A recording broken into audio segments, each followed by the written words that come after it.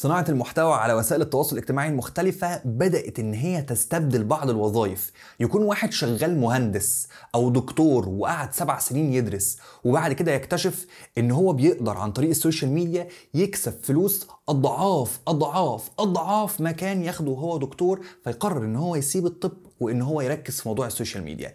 النقطة هنا مش فكرة هو إيه اللي بيجيب فلوس أكتر، النقطة هنا هو الواحد حابب ايه؟ هل انت فعلا لما دخلت هندسة كنت انت حابب الهندسة وعايز انك تشتغل في هندسة، ولا ما كانش في حاجة غير الهندسة قدامك والناس قالت لك ان دي احسن حاجة فانت دخلتها؟ ساعات صانع المحتوى لما بيبدأ صناعة المحتوى بيكتشف ان ده اللي هو حبه، هو حابب التصوير، هو حابب ان هو يطلع قدام الكاميرا، هو حابب ان هو يتكلم، هو مش حابب فكرة ان هو يبقى مهندس بيروح الموقع وبيطلع عينه. في ناس تانية بتحب ده بس انت ممكن تكون مش حابب ده. فهل لو انت عايز تبقى صانع محتوى دلوقتي وعايز تبدأ، هل تقدر توصل ان انت يبقى عندك ملايين المتابعين وتقدر ان انت يبقى عندك فلوس كتير وتقدر ان انت تستبدل الوظيفة بتاعتك؟ الموضوع مش سهل بإجابة ولا انا عايز هسيب الهندسة. الموضوع فيه سعي، الموضوع فيه اجتهاد. بس السؤال، ازاي الناس اللي على السوشيال ميديا بتكسب فلوس؟ ازاي مرة واحدة بلاقي ان في واحد على السوشيال ميديا معاه بيت هنا وبيت هنا وبيت هنا ومعاه فلوس؟ ازاي بيعملوا ده؟ وازاي الناس صناع المحتوى بيقدروا ان هم يطلعوا فلوس من على المنصات المختلفة؟ تعال احكي لك الموضوع ده بالتفصيل عشان تفهم انت ممكن تكسب قد ايه، تكسب ازاي، الطريقة عشان تقدر تقرر هل انا محتاج اجنب الهندسة شوية واركز في ده، ولا ده ملوش لازمة وخليني زي ما انا في الهندسة. بسم الله الرحمن الرحيم. يلا نبدأ القصة من الأول. صناعة المحتوى على المنصات المختلفة بقالها فترة إلى حد ما كبيرة الناس بتنزل وبتكسب فلوس، بس في حاجتين لازم تاخد بالك منهم. الحاجة الأولى، مش كل الناس اللي بتدعي الثراء على هذه المنصات هم فعلا أغنياء، في ناس فقراء مش لاقيين ياكلوا ويشربوا بس بيمثلوا ده. الحاجة التانية، انه في فعلا ناس بتقدر ان هي تسيب الوظائف بتاعتها وتتجه الى اتجاه السوشيال ميديا. طب لو كده الارباح بتيجي منين؟ هقول لك الارباح بتيجي منين. اول حاجه، لو انت عندك عدد متابعين الى حد ما قليل، يعني لو بتتكلم على 50,000 او 100,000 متابع، ممكن تبدا يجيلك شويه اعلانات، وده يمكن المصدر الاساسي لمعظم صناع المحتوى اللي بيجيب فلوس. يجي لك اعلان، شركه تقول لك احنا شركه كذا كذا، لاحظنا ان انت بتعمل مثلا واحد صيدلي بينزل فيديوهات عن الادويه، فلاحظنا ان انت بتعمل فيديوهات عن الادويه، فاحنا عندنا فيتامين جديد فيتامين د، عايزينك ان انت تعمل عنه فيديو وتقول ان هو فيديو كويس. الطبيعي ان الصيدلي بيجرب الفيتامين ده، بيلاقي ان هو فيتامين كويس، فبيعمل عنه فيديو بيقول سعره وبيقول للناس تشتريه، فالشركه بتدفع فلوس للصيدلي مقابل الاعلان اللي هو عمله. ده المصدر الاساسي اللي صناع المحتوى بيجيبوا من عليه فلوس، بغض النظر ايه هي المنصه، سواء بقى يوتيوب سواء تيك توك سواء انستجرام، بغض النظر، ده المصدر الاساسي لصناع المحتوى. عشان كده بتلاقي دايما ان في ساعات صناع المحتوى بيعملها في وسط الفيديو بتاعه بطريقه يعني ايه، مش باينه قوي، يبقى قاعد فيقوم فاتح واخد واحد فيتامين وتبقى انت شايف العلبه في الفيديو ويبلعها بكوبايه ميه وخلاص الموضوع خلص. فأول خطوة الإعلانات مش محتاج يبقى عندك مليون، في ساعات ناس بتعرف تعمل ده من 50,000 و100,000، بس الفكرة انك لما بتوصل لمليون الشركات هي اللي بتبعت لك، لكن طول ما انت 50,000 و100,000 انت اللي بتبعت للشركات. ده أول مصدر من مصادر الدخل لصناع المحتوى. هل المصدر ده آمن؟ يعني كل يوم هيجي لي إعلان؟ مش بالضرورة، ممكن شهر يجي لك كتير، ممكن شهر ما يجيلكش أصلا. طيب الحاجة التانية، المشاهدات، بس بتكون عن طريق بعض المنصات مش كل المنصات. اليوتيوب مشهور جدا بموضوع المشاهدات، اظن كلنا عارفين الموضوع ده. اليوتيوب بتتفرج اكتر، اعلانات بتتعرض في الفيديوهات بتاعتك فبتكسب فلوس. انا مش هتكلم دلوقتي على فكره الحلال والحرام لان في جزء في الموضوع حرام، لو انت الاعلانات اللي بتظهر عندك خمره وتعري والى اخره، لكن دي الحته دي تسال عليها شيخ يديك فتوى هل حلال ولا حرام تكسب من اعلانات اليوتيوب. طيب الناحيه الثانيه، التيك توك عامل حاجه اسمها الكرييتور فند بيدفع لصناع المحتوى على المشاهدات بتاعت الفيديو اللي انت بتنزله من غير اعلان، بس ده في بلاد محدده، عندك امريكا، عندك المانيا، عندك اسبانيا، عندك ايطاليا، بلاد محدده. الناس بتتحايل على الموضوع ده ازاي؟ بيجيبوا السيم كارد من البلد ويحطوها عندهم في التليفون ويبدا ان هو ينزل فيديوهات. هل التحايل ده لسه ناجح لحد دلوقتي ولا لا؟ معرفش، بس الشاهد في الموضوع انك ممكن تحقق ملايين المشاهدات على الفيديوهات بتاعتك وتلاقي نفسك في اخر السنه مثلا كسبت لك 100 يورو 200 يورو، فبتحس انه ملايين المشاهدات مع ال 100 200 يورو دول انا كان ممكن اعملهم على اليوتيوب او على اي منصه تانية اسهل. المهم ده مصدر تاني من مصادر الدخل، انك انت بتنزل فيديوهات على التيك توك وبتعمل الحركه اللي بقولك عليها دي بتجيب فلوس. بس انا لا ارجح اي حاجه ملتويه، يعني التيك توك هيلاقوها وهيقفلوا الموضوع ده ومحدش عارف يعمله بعد كده. فبلاش الحاجات الملتويه، خليك في السكه الدغري. عندك حد صاحبك ساكن في المانيا او ساكن في كندا، ابعت له الفيديوهات على الدرايف وهو ينزل الفيديوهات دي عنده، يبقى انت كده ماشي قانوني. بس بلاش الحركات اللي هي فيها اللعب والفي بي ان والحاجات دي.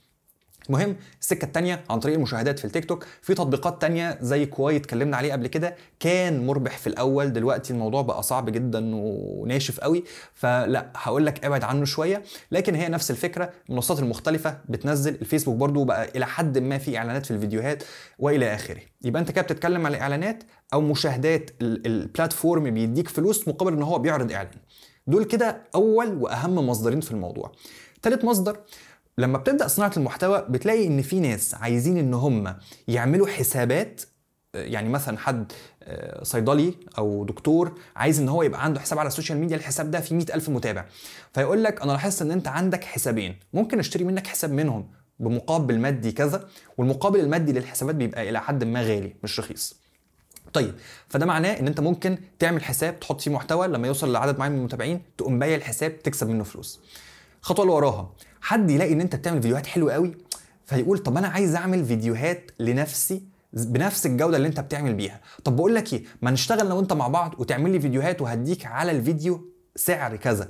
انت ما بقتش بتكسب فلوس من صناعه المحتوى، انت بقيت بتكسب فلوس من ان انت بتعمل محتوى لحد تاني مش لنفسك، بس برضه بتكسب منها فلوس. هتلاقي ساعات شركات تقول لك طب بقول لك ايه، طب ما عايزك تصور لي فيديو من غير ما انت تظهر فيه ولا تنزله عندك في القناه ولا اي حاجه، بس انا عايزك تصور لي فيديو بالجوده العاليه اللي انت بتصورها دي عشان انزله عندي على الحسابات بتاعتي. فبقى في باب رزق تاني كصانع محتوى، بس كفريلانسر، مش كصانع محتوى بينزل محتوى عنده على الحساب بتاعه. وهنا في نصيحه مهمه قوي، لو انت عايز تكسب فلوس ما تتعاملش مع العميل على انه عميل. يعني انت هتديني 2000 جنيه انا هعمل لك الاعلان وبعد كده انا مش عايز من وشك حاجه، لا، تعامل مع العميل كأن الشركه دي بتاعتك. انتوا اتفقتوا ان انت عايز تعمل الاعلان عشان هو عايز يزود المبيعات بتاعته. بعد ما تنزل الاعلان روح اطمن عليه، قول له انت المبيعات بتاعتك عملت ايه، زادت قد ايه، ما زادتش قوي، طب انا هعمل لك اعلان كمان ببلاش عشان انا حابب ان انا اشوف المبيعات بتاعتك وهي بتزيد. تعامل مع العميل ومع البيزنس على ان هو حاجه، هو حد انت حبه، ده بيزنس بتاعك انت اللي عايز المبيعات تزيد مش هو. وتبدا ان انت تتعامل معاه بالحب ده، فهتلاقي ان العميل بدل ما كان بيطلب منك فيديو ب 2000 جنيه هيطلب منك 2 و3 و4 و5، وهتبقى علاقه طويله المدى. المهم ده مصدر من مصادر الفلوس اللي بتطلع من السوشيال ميديا. في بعد كده حاجه غريبه شويه برضو الناس بتعملها، انه مثلا حد صانع محتوى تقني بيتبعت له لابتوبات كتير وموبايلات كتير وبيبدا ان هو يعمل ريفيوهات على الحاجات دي. من الحاجات اللي انا شفتها ان صناع المحتوى بيعمل الريفيو على المنتج شهر شهرين 3، خلص الفيديوهات اللي هو عايز يعملها، يقفل العلبه والعلبه نظيفه زي ما هي، يبيع التليفون او يبيع الحاجه اللي جات له على ان هي مستعمله استعمال خفيف، فلو الحاجه مثلا سعرها 10000 يوم هو بايعها ب 8000 ويكسب هو الفرق. فده برضو على حسب بقى المنتج، واحد بيجي له لابتوبات يقدر ان هو يبيع اللابتوبات، بس في حد تاني مثلا اللي بيعمل ريفيوهات لفنادق يعني صعبه شويه، يعني هو بيروح الفندق يعمل ريفيو فصعب شويه، الا بقى لو في فاوتشرز او لو في يعني ليالي مجانيه في الفندق يقدر ان هو يديها لحد تاني او يبيعها لحد تاني. الشاهد انه ساعات الحاجه اللي بتجيلك كهدايا كصانع محتوى تقدر ان انت تبيع جزء منها وتكسب برضو منه فلوس. لو الموضوع فعلا مربح والموضوع فعلا بيجيب فلوس والموضوع فعلا جميل، هل اسيب شغلانتي وانطلق فيه؟ هقول لك لا، لان في برضه حاجتين خطر جدا، مشكلتين الناس بتقع فيهم. المشكله الاولى الضرايب، بغض النظر انت ساكن فين حول العالم انت عليك ضرايب كصانع محتوى انت محتاج تدفعها. فانت بيجي لك فلوس وانت مبسوط دلوقتي، بس هتفاجئ ان انت مطلوب منك مبلغ كبير تدفعه ضرايب باثر رجعي. فرقم واحد، ما تسيبش شغلانتك عشان ممكن بعد ما تحسب الضرايب تلاقي ان الفلوس اللي بتجي لك قليله جدا مقارنه لو كانت من غير الضرايب. ده رقم واحد. رقم اتنين، السوشيال ميديا كويسه دلوقتي والموضوع بيطلع فلوس دلوقتي ومربح، بس انت مش عارف ايه اللي ممكن يحصل بكره. ما بين يوم وليله بيقول لك التيك توك هيتقفل، منصه جديده هتتفتح، وانت عندك مليون متابع على التيك توك راحوا في الهواء. الفيسبوك حصل فيه مشكله، خسر القيمه السوقيه بتاعته، الناس بتسيب الفيسبوك وراحت على منصه جديده، انت ما تعرفش ايه اللي ممكن يحصل. فالاحسن ان انت يبقى عندك شغلانه حتى ولو بارت تايم، يعني بدوام جزئي بجانب الوظيفه بتاعتك.